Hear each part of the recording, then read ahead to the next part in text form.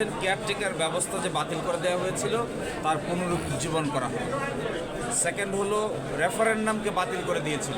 এটা একটু বললেন। এই রেফারেন্ডাম অর্থাৎ গণভোটের কোনো সিস্টেম থাকবে না, ছিল না, এবং গণভোটের সিস্টেম আর্টিকেল 142 অনুচ্ছেদ অনুযায়ী রেস্টোর করা হলো।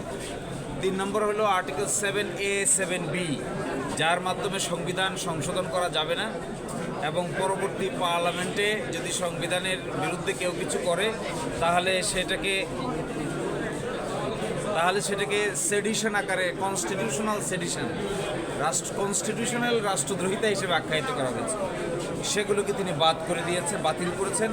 একই সাথে আর্টিকেল 44(2), যার মাধ্যমে হাইকোর্টের সমান্তরালভাবে নিম্ন আদালতের কাছে হাইকোর্টের কিছু ক্ষমতাকে হস্তান্তর করা হয়েছিল, তাকেও বাতিল ঘোষণা করেছেন। এর বাইরে বাকি যে সমস্ত প্রভিশন আছে, যে সমস্ত বিধান ছিল পঞ্চদশ সংশোধনীতে, সেগুলোতে পরবর্তী পার্লামেন্ট, যারা জনগণের ইচ্ছা নিয়ে পার্লামেন্ট গঠিত হবে, সেখানে আলাপ আলোচনা সাপেক্ষে যেগুলোকে ভালো মনে করেন সেগুলোকে রাখবেন, যেগুলোকে ভালো মনে করেন না সেগুলোকে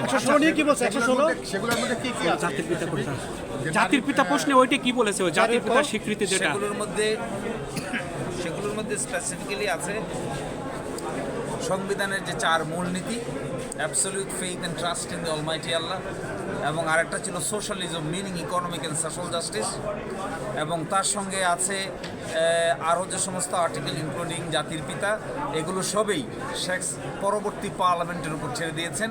পরবর্তী পার্লামেন্ট এবং সংবিধানের পিছন দিকে যে তফসিল আছে, এই তফসিল যে দুটো যোগ করা হয়েছিল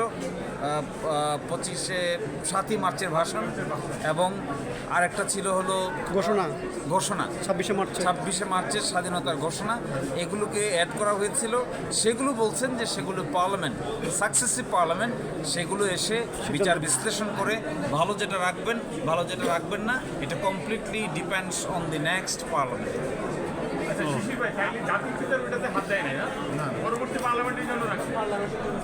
সবই পরবর্তী পার্লামেন্টের বিষয়।